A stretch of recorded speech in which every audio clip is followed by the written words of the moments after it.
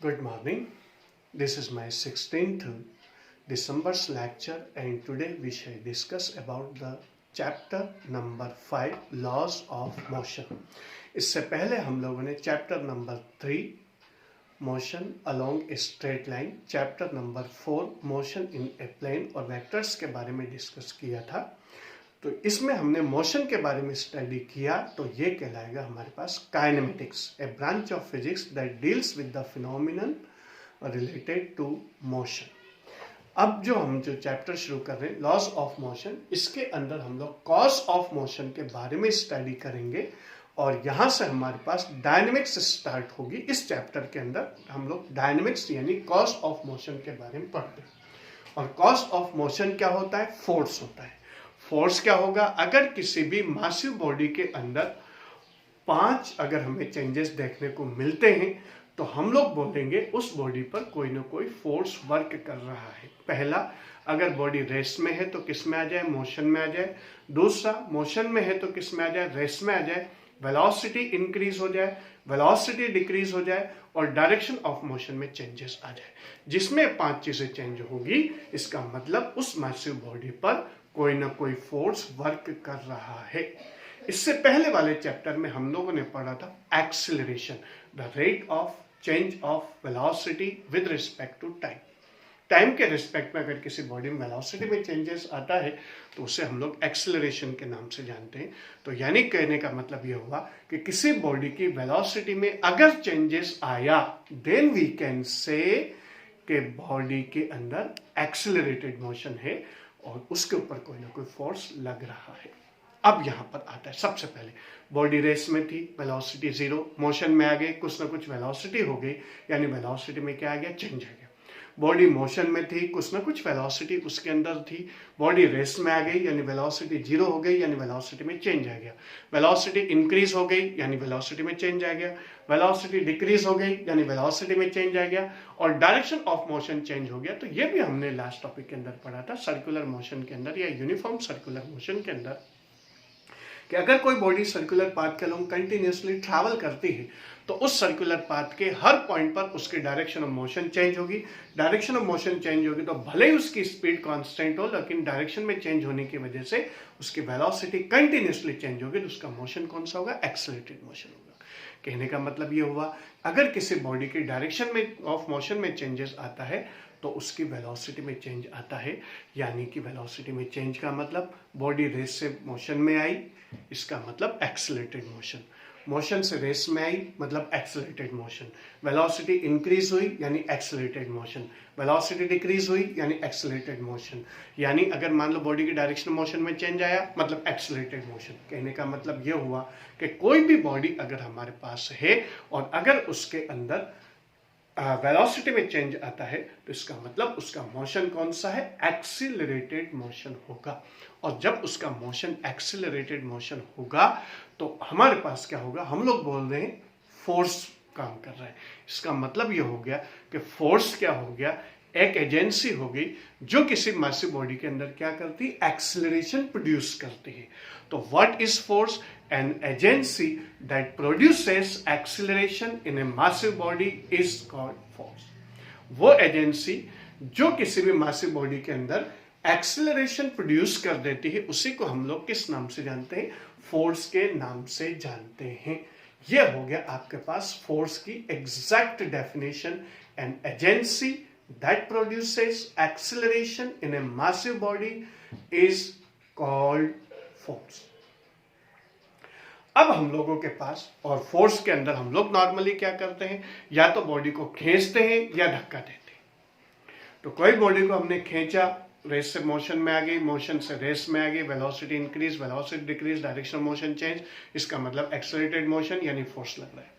यानी किसी बॉडी को फोर्स अप्लाई करने के लिए या तो हमें उससे खींचना पड़ेगा या धक्का देना पड़ेगा। 2 तरीके से हो सकता है, या तो बॉडीली टच करके भी हम कर सकते हैं और दूर से भी कर सकते हैं।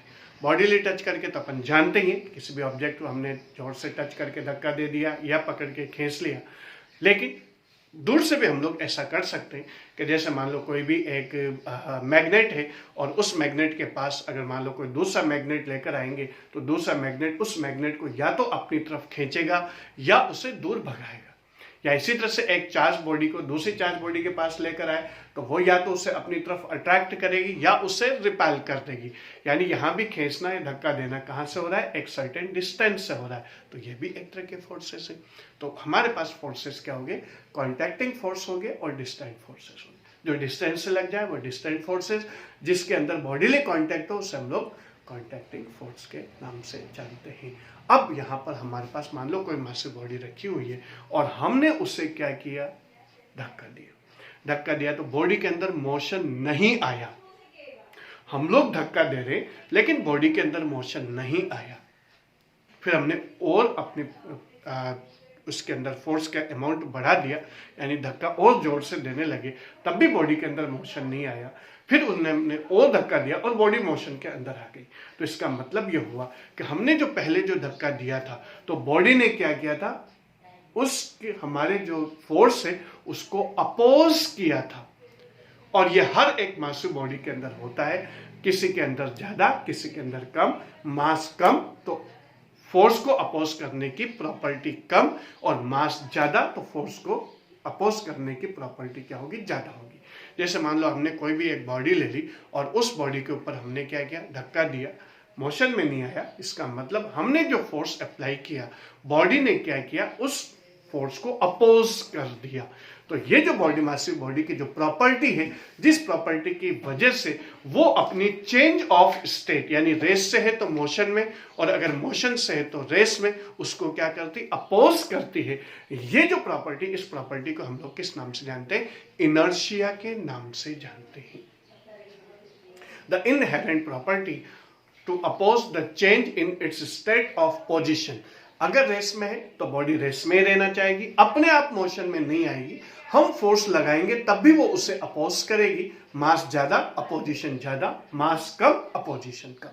या इसी तरह से मोशन में है और हमें उसे रोकना पड़ेगा, तो अगर मान लो हमने फोर्स कम लगाया, हम लोग उसे रोक नहीं पाएंगे, लेकिन हमने फोर्स बढ़ा दिया तो रोक पाएंगे। इसका मतलब ये होगा कि मास ज्यादा तो बॉडी अपनी जो मोशन की जो स्टेट ऑफ मोशन है उसके अंदर क्या हो रही है, वो उसको चेंज नहीं करना चाहती। तो किसी बॉडी की वो इनहेरेंट प्रॉपर्टी जिसकी वजह से वो अपनी चेंज ऑफ स्टेट को अपोज करती है, उसी को हम लोग किस नाम से जानते हैं, इनर्शिया के नाम से जानते हैं। तो inertia is the inherent property of A massive body by which it opposes it's change of state. ये इनर्शिया होता है। 9th क्लास के अंदर आ चुका है हमारे। ये इनर्शिया कितने तरह का होता है, 3 तरह का होता है। पहला होता है इनर्शिया ऑफ रेस्ट, दूसरा होता है इनर्शिया ऑफ मोशन, तीसरा होता है इनर्शिया ऑफ डायरेक्शन। पहले पर डिस्कस कर रहे हैं हम लोग इनर्शिया ऑफ रेस्ट। अगर कोई बॉडी रेस्ट में है तो वो रेस्ट में रहना चाहेगी, अपने आप मोशन के अंदर नहीं आएगी। हम लोग फोर्स लगाएंगे वो उसको अपोज करेगी।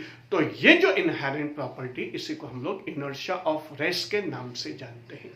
बहुत सारे एग्जाम्पल हम लोग छोटी क्लासेस के अंदर इसके बारे में डिस्कस कर चुके हैं। कुछ एक एग्जाम्पल्स मैं आप लोगों को बता देता हूँ। जैसे मान लो हम लोगों के पास कोई भी एक व्हीकल वगैरह के अंदर बैठे हुए हैं और व्हीकल रेस में एकदम से मोशन में आता है, तो हम पीछे की तरफ धक्का या जर्क एक्सपीरियंस करते हैं। किस वजह से, क्योंकि व्हीकल तो मोशन में आ गया, व्हीकल के कॉन्टैक्ट में आने वाली हमारी जो बॉडी का जो लोअर पार्ट है वो भी किसके अंदर आ गया, मोशन में आ गया, लेकिन अपर पार्ट किस में बना हुआ है, रेस्ट पोजीशन के अंदर बना हुआ है। इस वजह से हम लोग पीछे की तरफ धक्का एक्सपीरियंस करते हैं। सिमिलरली अगर मान लो हमारे पास क्या होता है, कोई भी ब्रांच ऑफ ट्री है, उससे अगर हम लोग जोर जोर से हिलाएं तो उसके जो लीव्स हैं, उसके जो फ्लावर्स हैं, जो उसके जो फ्रूट्स हैं, वो टूट टूट करके गिरने लग जाते हैं, क्योंकि ब्रांच मोशन में आ जाती है और ये जो फ्रूट्स, फ्लावर और लीव्स हैं ये रेस्ट में बने रहते हैं। इसकी वजह से क्या होता है कि दोनों के उसके अंदर एक मोशन में आ गया, एक रेस्ट में, तो उसकी वजह से जर्क आता है और उस जर्क की वजह से ये सब चीजें टूट करके नीचे गिर जाती है। या इसी तरह से अगर हम लोग किसी गन से फायर करें किसी कार के उसके ऊपर, तो बुलेट जिस पर्टिकुलर हिस्से में टच आएगी कार की स्क्रीन, जो विंड स्क्रीन उस पर, उतना ही उसके अंदर होल होगा, बाकी पोर्शन उसके अंदर क्या रहेगा, रेस्ट पोजीशन के अंदर बना रहेगा। पूरा कांच टूट करके अलग नहीं होता, बस उतना सा उसके अंदर कांच के विंड स्क्रीन में या विंडो स्क्रीन के विंडो जो पैन है उसके अंदर इतना सा ही होल होके रह जाता है। या इसी तरह से अगर हम लोग क्या करें, कोई भी कपड़ा वगैरह, गीला कपड़ा लेकर के अगर हम लोग उसे झाड़ें तो झाड़ने पर उसकी वाटर ड्रॉपलेट्स क्या हो जाती, अलग हो जाती। क्यों?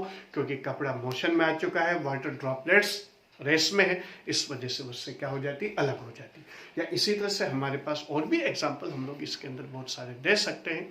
तो वो एग्जाम्पल्स भी हमारे पास, जैसे मान लो हमारे पास है जो इसके अंदर है जो विंड, इसके वो जर्क वगैरह जितने भी हमारे पास इसके अंदर है, रजाई वगैरह है, उसके अंदर क्या होता है, अगर हम लोग उसे डंडे से पीटेंगे तो डस्ट पार्टिकल उससे क्या हो जाते हैं, सेपरेट हो जाते हैं। रीज़न, क्योंकि रजाई या जो भी हमारे पास चादर वगैरह है वो मोशन में आ जाती है, डस्ट पार्टिकल रेस में रहते हैं, तो जब झाड़ेंगे तो वो उससे क्या हो जाते हैं, सेपरेट हो जाते हैं। ये कुछ एग्जाम्पल्स है किसके, इनर्शिया ऑफ रेस के बॉडी अपनी इनर्शिया ऑफ रेस को अपने आप चेंज नहीं कर सकती, बल्कि अपने जो मास के अकॉर्डिंग उससे क्या करती, अपोज करती। ज़्यादा मासिव बॉडी होगी उसके अंदर इनर्शियल प्रॉपर्टी ज़्यादा होगी, कम मासिव बॉडी होगी उसके अंदर इनर्शियल प्रॉपर्टी कम होगी। कोई भी बॉडी रेस से अपने आप मोशन में नहीं आएगी, मोशन में लाने के लिए हमें उसे बाहर से एक्स्ट्रा फोर्स या एफर्ट लगाना पड़ेगा। This is called inertia of rest. दूसरे टाइप का आता है आपके पास इनर्शिया ऑफ मोशन। बॉडी अगर मोशन में है, अपने आप रेस में नहीं आएगी, हम लोग अगर उसे रेस के अंदर लाएंगे तो वो उसको अपोज करेगी। ये जो अपोजिशन की प्रॉपर्टी है, इसी अपोजिशन की प्रॉपर्टी को हम लोग किस नाम से जानते हैं, इनर्शिया ऑफ मोशन के नाम से जानते हैं। एग्जाम्पल्स की बात करें, बस के अंदर अगर हम लोग या कार के अंदर हम लोग ट्रैवल कर रहे हैं और मोशन से कार एकदम से ब्रेक की वजह से रुक जाती है, तो हम लोग क्या करते हैं, आगे की तरफ धक्का एक्सपीरियंस करते हैं। रीजन, कार रुक गई, हमारी बॉडी का जो लोअर पार्ट है वो कार के साथ रुक गया, लेकिन अपर पार्ट क्या है, मोशन के अंदर कंटिन्यू हुए, इस वजह से हम लोग आगे की तरफ धक्का एक्सपीरियंस करते हैं। इसी तरह से अगर कोई चलती गाड़ी से अगर मान लो उतरता है तो उसके अंदर जो ही उसके पैर जमीन से टकराए, जमीन पर रखते ही और क्या हो जाएंगे, वो तो रेस में हो जाएंगे, लेकिन बॉडी का अपर पार्ट किस में बना रहेगा, मोशन के अंदर बना रहेगा। और जब अपर पार्ट मोशन के अंदर रहेगा तो आदमी आगे की तरफ जर्क एक्सपीरियंस करता है। इसी वजह से सजेस्ट किया जाता है कि अगर आप चलती हुई गाड़ी से उतर रहे हैं, उतरने के बाद कुछ देर आप क्या करें, थोड़ा सा दौड़ लें, तो उसकी वजह से क्या हो जाएगा, बॉडी आपके बैलेंस के अंदर आ जाएगी। बॉडी को अपना बैलेंस बनाने के लिए टाइम मिल जाएगा। टाइम मिल जाएगा तो जो लगने वाला जो जर्क या फोर्स है वो क्या हो जाएगा, कम हो जाएगा, या बॉडी उससे मैनेज कर लेगी। इस वजह से अगर चलती हुई गाड़ी से आप लोग उतर रहे हैं तो गाड़ी के मोशन की तरफ चेहरा रखें और उतरने के बाद कुछ कदम गाड़ी के से अलग होकर के चल लें या दौड़ लें, तो उसके बाद आपकी बॉडी उस जर्क को क्या कर जाएगी, एब्जॉर्ब कर जाएगी या सहन कर जाएगी। तो ये कहलाता है आपके पास इनर्शिया ऑफ मोशन। तीसरा टाइप आता है आपके पास इनर्शिया ऑफ डायरेक्शन।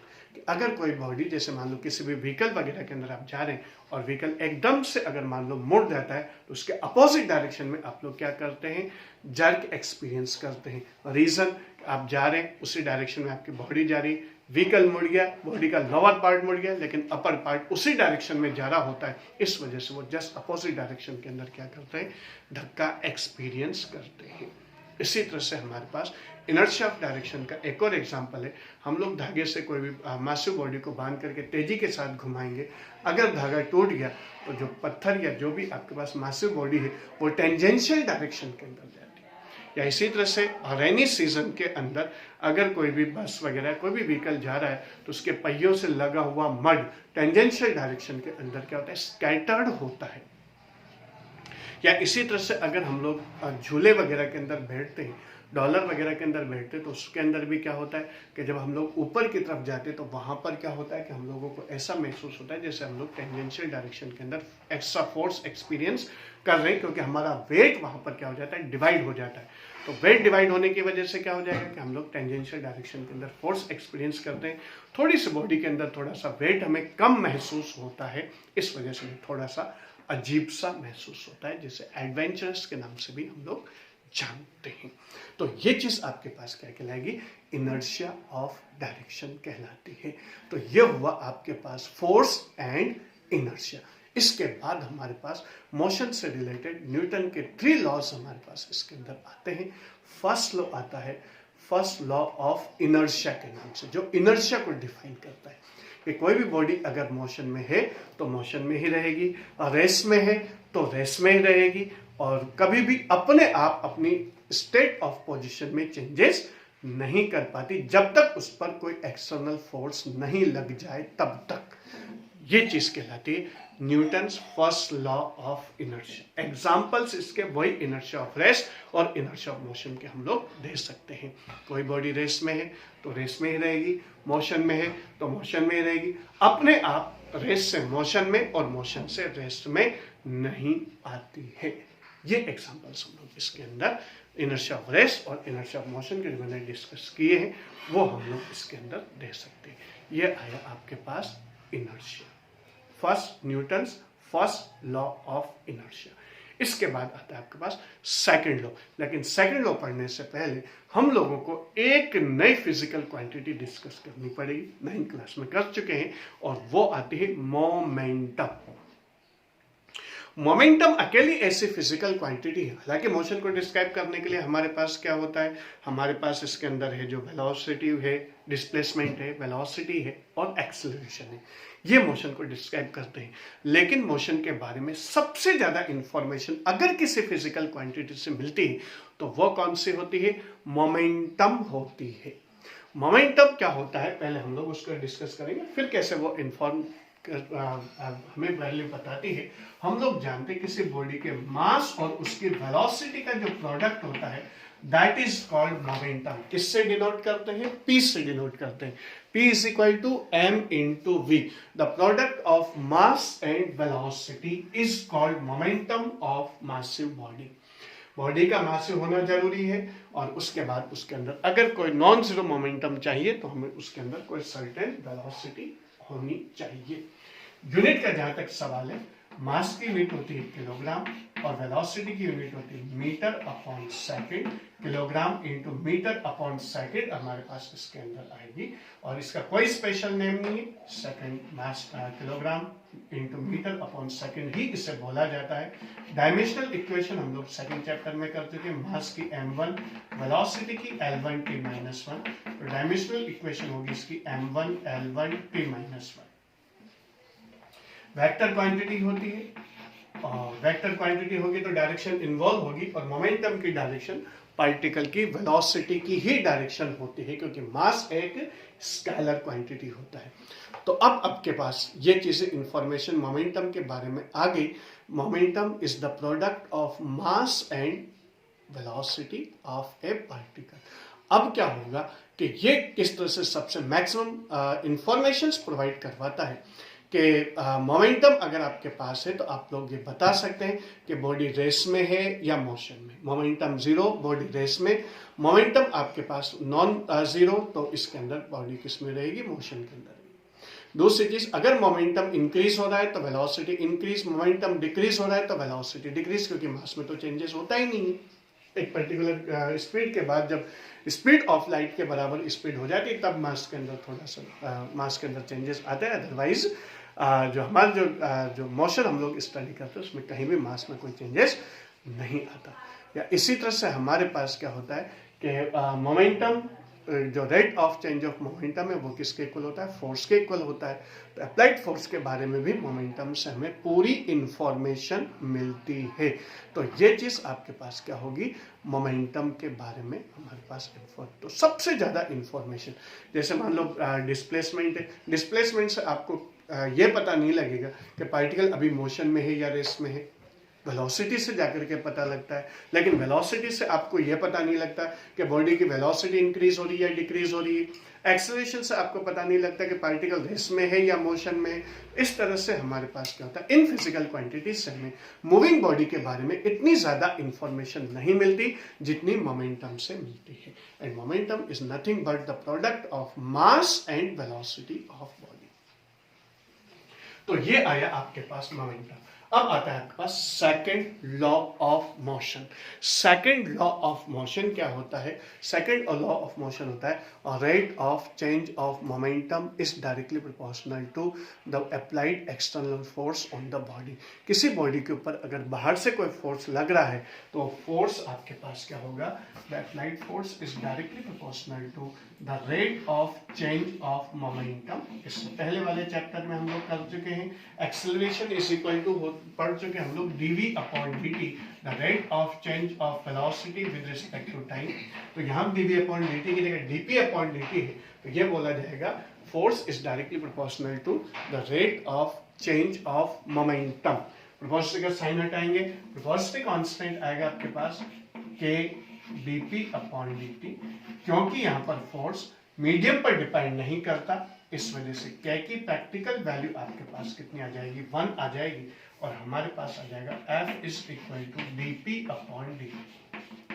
P की जगह पर हम लोग क्या लिखेंगे, m इंटू वी पुट करेंगे, m इंटू वी पुट कर दिया, मास बाहर निकल जाएगा क्योंकि टाइम के रिस्पेक्ट में चेंज नहीं होता, dv अपॉन dt, और dv अपॉन dt क्या होती है, एक्सेलरेशन होता है। F इज इक्वल टू आपके पास आ जाएगा m into a, mass into acceleration. Force is the mass into acceleration. Mass को फोर्स प्रोड्यूस नहीं करता, तो फोर्स क्या इसको प्रोड्यूस करता है, एक्सेलरेशन को प्रोड्यूस करता है। तो force is the an agency that produces acceleration in a massive body is called force। ये आपके पास क्या आया, फोर्स की वैल्यू आई। F इज इक्वल टू हमारे पास कितना आ गया, m into a, mass into acceleration आपके पास इसके अंदर आ जाता है। अब उसके बाद नेक्स्ट चीज आती है आपके पास unit of force. Unit of force के अंदर हमारे पास कितना आ जाएगा, यूनिट ऑफ फोर्स डिफरेंट है, छोटी क्लासेस में पढ़ चुके। पहली आएगी आपके पास MKS यूनिट, जिसके अंदर F is equal to m into a, mass को किस में मेजर करेंगे, किलोग्राम में, और एक्सेलरेशन को मीटर अपॉन सेकंड स्क्वायर, और इसी के लिए हमारे पास नेम है न्यूटन। तो फोर्स को किस में मेजर किया जाता है, न्यूटन में। जब 1 किलोग्राम के मासिव बॉडी को अंदर 1 मीटर पर सेकंड स्क्वायर का एक्सेलरेशन प्रोड्यूस हो, तो करस्पॉन्डिंग फोर्स क्या कहलाएगा, 1 न्यूटन कहलाएगा। 1 newton is the amount of force that produces 1 metre per second square acceleration in a massive body is called 1 newton. दूसरी unit आती है आपके पास CGS यूनिट, वो भी आपके पास मास को किस में मेजर करेगा, ग्राम के अंदर, एक्सेलरेशन को किस मेजर करेगा, सेंटीमीटर अपॉन सेकंड स्क्वायर के अंदर, और इसके लिए हमारे पास स्पेशल नेम है, that is nothing but dyne. Dyne is the amount of force that produces an acceleration of 1 centimeter per second square in a massive body of mass 1 gram. 1 ग्राम की body के अंदर 1 सेंटीमीटर पर second square का acceleration produce करने वाला amount of force क्या कहलाएगा, 1 dine कहलाता है। तीसरा आता है आपके पास FPS यूनिट। FPS यूनिट के अंदर आपके पास पाउंड आएगा, और फिर उसके बाद एक्सेलरेशन आ जाएगा आपके पास फुट अपॉन सेकंड स्क्वायर, और इसके लिए हमारे पास स्पेशल नेम है, दैट इज पाउंडर। 1 पाउंडर क्या होगा आपके पास, that amount of force that produces 1 foot per second square acceleration in a body of mass 1 pound is called 1 poundal. और रिलेशन पे हम लोग सेकंड चैप्टर में डिस्कस कर चुके हैं। 1 न्यूटन इज इक्वल टू होता है 10 to the power 5 dyne. 1 lakh dyne is equal to होता है 1 न्यूटन। ये आपके पास इसके अंदर वैल्यू 1 न्यूटन की रहेगी। और इसके बाद हमारे पास नेक्स्ट चीज आती है, वो आएगी आपके पास, इसको बोलते हैं हम लोग इनर्शियल यूनिट्स के नाम से, ये कहलाती है इनर्शियल यूनिट। दूसरी आती है जिसमें एक्सेलरेशन हम लोग एक्सेलरेशन ड्यू टू ग्रेविटी के इक्वल होते हैं, उससे हम लोग बोलते हैं ग्रेविटेशनल यूनिट्स के नाम से जाना जाता है। तो ये कहलाती आपके पास कौन सी, इनर्शियल यूनिट्स के नाम। और अब हम लोग डिस्कस करेंगे इसके बारे में, ग्रेविटेशनल यूनिट्स के बारे में।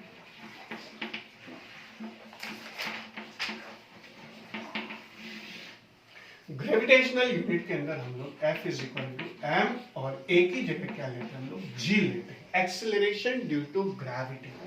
अगर हमारे पास मास को हमने किलोग्राम में और एक्सेलरेशन को हम लोग 9.8 मीटर पर सेकंड स्क्वायर अगर लें, तो एक्सेलरेशन ड्यू टू ग्रेविटी के इक्वल होगा।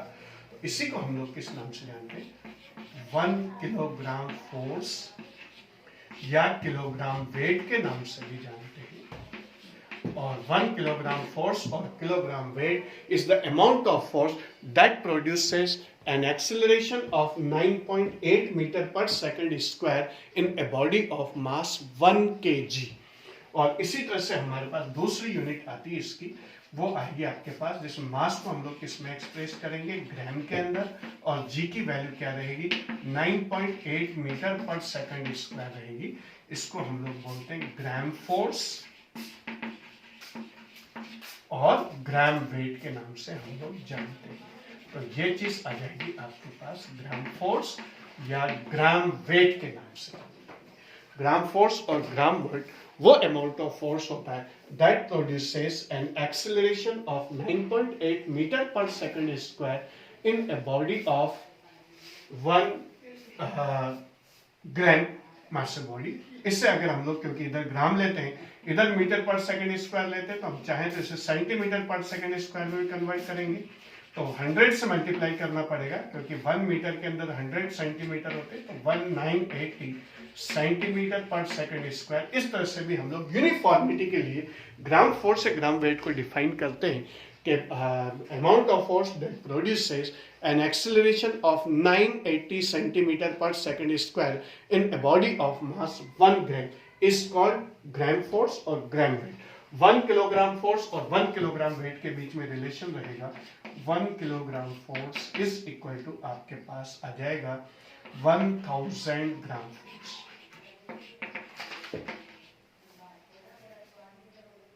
और इसके अंदर जो 1 किलोग्राम फोर्स है that will be is equal to 9.8 Newton. तो हमारे पास यहाँ पर ये रिलेशन हमारे पास इसके अंदर डिफरेंट फिजिकल क्वांटिटीज के अंदर हमारे पास आता है। ये आया आपके पास second law, Newton second law of motion. इससे हम लोग फोर्स लॉ के नाम से भी जानते हैं, क्योंकि इसकी हेल्प से हम लोग फोर्स को डिफाइन करते हैं। फर्स्ट लॉ आपको इनर्शिया को डिफाइन करता है, सेकंड लॉ आपको फोर्स को डिफाइन करता है, और इसके बाद आता है हमारे पास Newton's third law of motion. Newton's third law of motion क्या होता है, इस पर हम लोग अब डिस्कस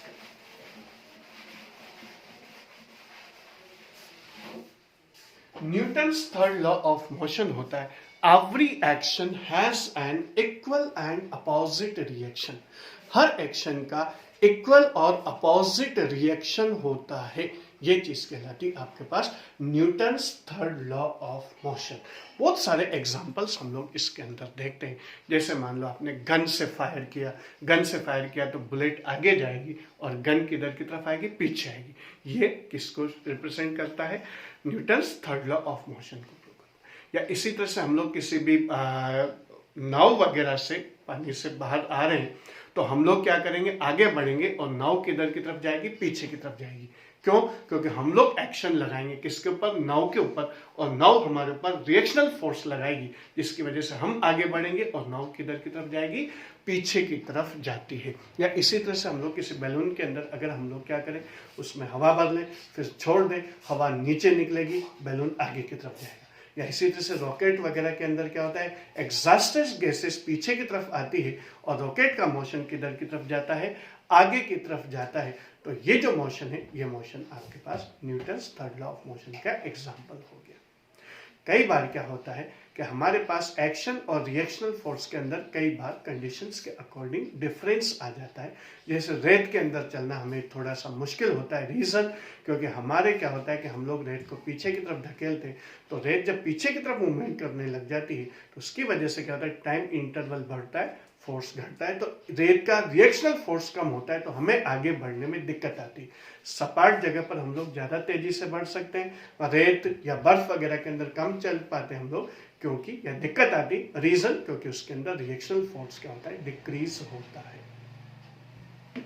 या इसी तरह से केले के छिलके पर अगर हमारा पैर आ जाए तो हम लोग क्या करते हैं, फिसल जाते हैं, रीजन क्योंकि केले के छिलके पर हम लोग तो एक्शन फोर्स लगाते हैं, लेकिन केले के छिलके का रिएक्शन फोर्स नहीं लगता। ये स्पेशल कंडीशन है। नॉर्मली हमारे पास किसी दो मास बॉडीज है, अगर एक दूसरे के ऊपर एक्शन फोर्स लगाए, दूसरा इक्वल एंड अपोजिट क्या लगाती, और रिएक्शनल फोर्स लगाती है। दोनों फोर्सेस अलग अलग बॉडीज पर लगते हैं।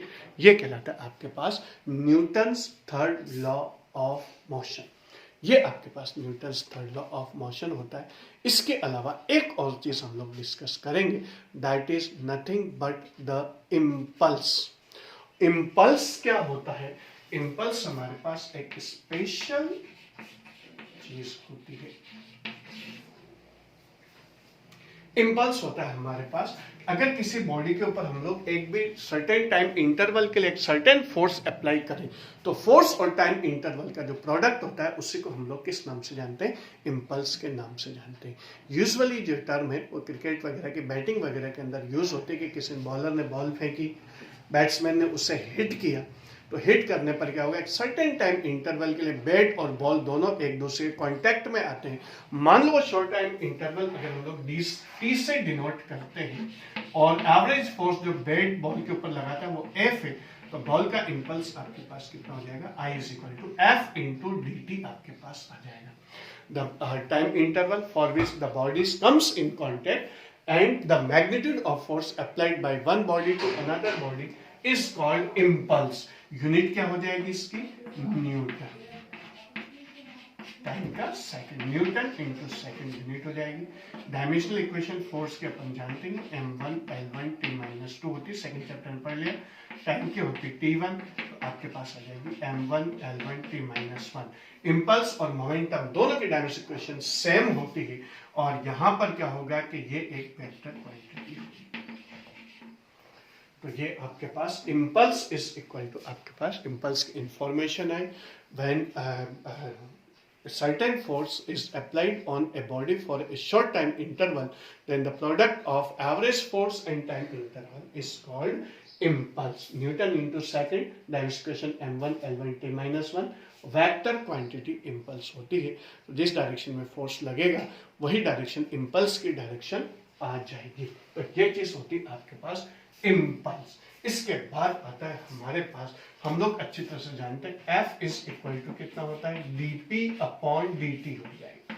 जानते हैं हम लोग न्यूटन सेकंड ऑफ मोशन से, the applied external force on a body is directly proportional to the rate of change of momentum. आपके पास इसके अंदर है, dt को इधर भेज दो, F × dt = कितना जाएगा? dp।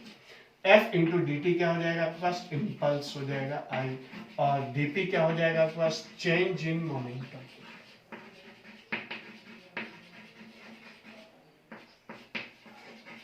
ये भी हम लोग 9th स्टैंडर्ड के अंदर डिस्कस कर चुके हैं। केवल एक रिकैपिचुलेशन हम लोग इसके अंदर कर रहे हैं। इम्पल्स = चेंज इन मोमेंटम, इसको बोलते हैं हम लोग impulse momentum theorem. Impulse momentum theorem is nothing but the impulse is equal to the change in momentum, or change in momentum of a body is always equal to impulse। यही चीज कहलाती impulse momentum theorem। तो हमारे पास यहाँ पर ये चीज आ जाएगी, F × dt = कितना आ जाएगा? dp, और इसके अकॉर्डिंग वही F = dp/dt, तो F is inversely proportional to कितना आ जाएगा? dt आ जाएगा। यानी आपके पास क्या हो जाएगा? टाइम इंटरवल ज्यादा तो फोर्स कम, फोर्स से चेंज ऑफ मोमेंटम के लिए टाइम इंटरवल ज्यादा फोर्स कम, टाइम इंटरवल कम फोर्स ज्यादा, आपके पास ये वाली चीज इसके अंदर आएगी। तो यहाँ पर हमारे पास क्या होगा? रेट ऑफ चेंज ऑफ, जो आपके पास इसके हिसाब से इम्पल्स मोमेंटम थ्योरम के जो रिलेशन है हम लोग इस बेसिस पर निकालते हैं। टाइम इंटरवल ज्यादा तो फोर्स कम, टाइम इंटरवल कम तो फोर्स ज्यादा। जैसे मान लो थोड़ी देर के लिए कोई पर्सन एक सर्टेन हाइट से सीमेंटेड फ्लोर पर गिरे और सैंड पर गिरे, तो सैंड पर चोट कम लगेगी, सीमेंटेड फ्लोर पर चोट ज्यादा लगेगी। रीजन, क्योंकि जब ऊपर से गिरेगा तो उसमें टाइम ऑफ कांटेक्ट कम होगा, तो फोर्स की वैल्यू ज्यादा होगी, फोर्स की वैल्यू ज्यादा होगी, चोट ज्यादा लगेगी। और रेत पर गिरेगा, टाइम ऑफ कांटेक्ट ज्यादा होगा क्योंकि रेत के अंदर वो धंसेगा, तो टाइम इंटरवल ज्यादा तो फोर्स कम तो चोट क्या होगी? कम लगेगी। या इसी तरह से हमारे पास क्या होता है कि जो व्हीकल्स वगैरह के अंदर जो शॉकर्स यूज किए जाते हैं, या सीट के अंदर गद्दी वाली सीट यूज की जाती, वो इस वजह से की जाती ताकि अगर कहीं गड्ढा वगैरह है, उसका जो जर्क है वो जर्क क्या होगा? पहले व्हील से शॉकर में जाएगा, गद्दे में जाएगा, तो हमें क्या होगा कि उसका झटका कम लगेगा। शॉकर्स वगैरह क्या करते हैं? जर्क को एब्जॉर्ब कर लेते हैं, शॉक एब्जॉर्बर होते हैं ये, इस वजह से शॉकर्स क्या करते हैं, झटका कम लगता है। जितनी अच्छी क्वालिटी का शॉकर होगा उतना ही ज़्यादा बेटर वे से वो हमें जर्क से बचाएगा। या इसी तरह से हमारे पास इसके अंदर और भी एग्जांपल्स हम लोग इसके अंदर ले सकते हैं। रेत वगैरह पर चलने वाला तो मैं वो तो एक्शन रिएक्शन से, तो यहाँ पर आपके पास क्या होगा, इसी तरह से ग्लास वगैरह के जो ऑब्जेक्ट चीनी मिट्टी के जो बर्तन हैं या ग्लास के जो बर्तन वगैरह हैं, उन्हें हम लोग क्या करते हैं कि सबसे पहले अखबार के अंदर लपेटते हैं, फिर उसके बाद घास के साथ लकड़ी के बॉक्सेस के अंदर इन्हें पैक किया जाता है, ताकि अगर गिर भी जाए, जर्क आएगा, पहले लकड़ी के बॉक्स पर आएगा, फिर घास पर आएगा, फिर उसके बाद पेपर पर आएगा, फिर ग्लास पर जाएगा, तो उसके टूटने के चांसेस क्या हो जाते हैं, कम हो जाते हैं। इस वजह से हम लोग क्या करते हैं, नॉर्मली जो चीनी मिट्टी या जो कांच के जो बर्तन होते हैं उन्हें क्या करते हैं, कागज़ वगैरह के अंदर लपेट के रखते हैं, ताकि जर्क को वहाँ से वहाँ तक पहुँचने में टाइम लगे, और टाइम लगे तो इस वजह से क्या होगा, इसके अंदर हमारे पास जो फोर्स की वैल्यू कम होगी, तो टूटने के चांसेस भी क्या हो जाएंगे, कम हो जाएंगे। इसी तरह से दोनों ट्रेन की जो दो बॉगीज है उनके बीच में बफर्स यूज़ किए जाते हैं। बफर्स यूज़ करने के पीछे भी रीज़न ये है कि जब ट्रेन की बॉगीज की शंटिंग हो तो क्या होता है कि दोनों बॉगीज एक दूसरे के फोर्स से एक दूसरे की तरफ जाकर के टकराती है, तो वहाँ बफर्स क्या करते हैं कि जो शॉक लगता है उस शॉक को क्या करते हैं, वहाँ से वहाँ तक पैसेंजर तक जाने में टाइम इंटरवल को बढ़ा देते हैं, और टाइम इंटरवल को बढ़ा देंगे तो उसकी वजह से क्या होगा कि शॉक कम लगेगा, यानी जर्क क्या होगा, कम लगेगा। पैसेंजर जो ट्रेन या बॉगी के अंदर बैठे हुए उन्हें जर्क कम लगेगा। इस वजह से ट्रेन की दोनों बॉगीज के बीच में क्या लगे होते हैं, बड़े बड़े बफर्स लगे होते हैं और हार्ड तो ये कुछ एग्जांपल्स हैं किसके, इम्पल्स मोमेंटम थ्योरम के सर्टेन एग्जांपल्स हैं। ये एक हमारे पास डिलीटेड पोर्शन था, इसमें से कोई चीज़ आपके एग्जाम में नहीं आने वाली है, तो इस वजह से हम लोगों ने इसको एक रिकैपिचुलेशन 9th क्लास के अंदर ये सारी चीज़ें हम लोग डिस्कस कर चुके हैं। इस वजह से हमारे पास इसके अंदर केवल हम लोगों के पास एक डिस्कशन ही हम लोग इसके अंदर करते हैं, बाकी सारी चीज़ें हमारे पास इसके अंदर हो चुकी है। तो हम लोगों ने इम्पल्स डिस्कस किया, फोर्स डिस्कस किया, Newton's 3 laws of motion discuss किए, इम्पल्स और मोमेंटम और इम्पल्स मोमेंटम थ्योरम हम लोगों ने डिस्कस कर ली है। नेक्स्ट क्लास के अंदर अब हम लोग वो पोर्शन डिस्कस करेंगे जिस पोर्शन के अंदर जो सिलेबस के अंदर है।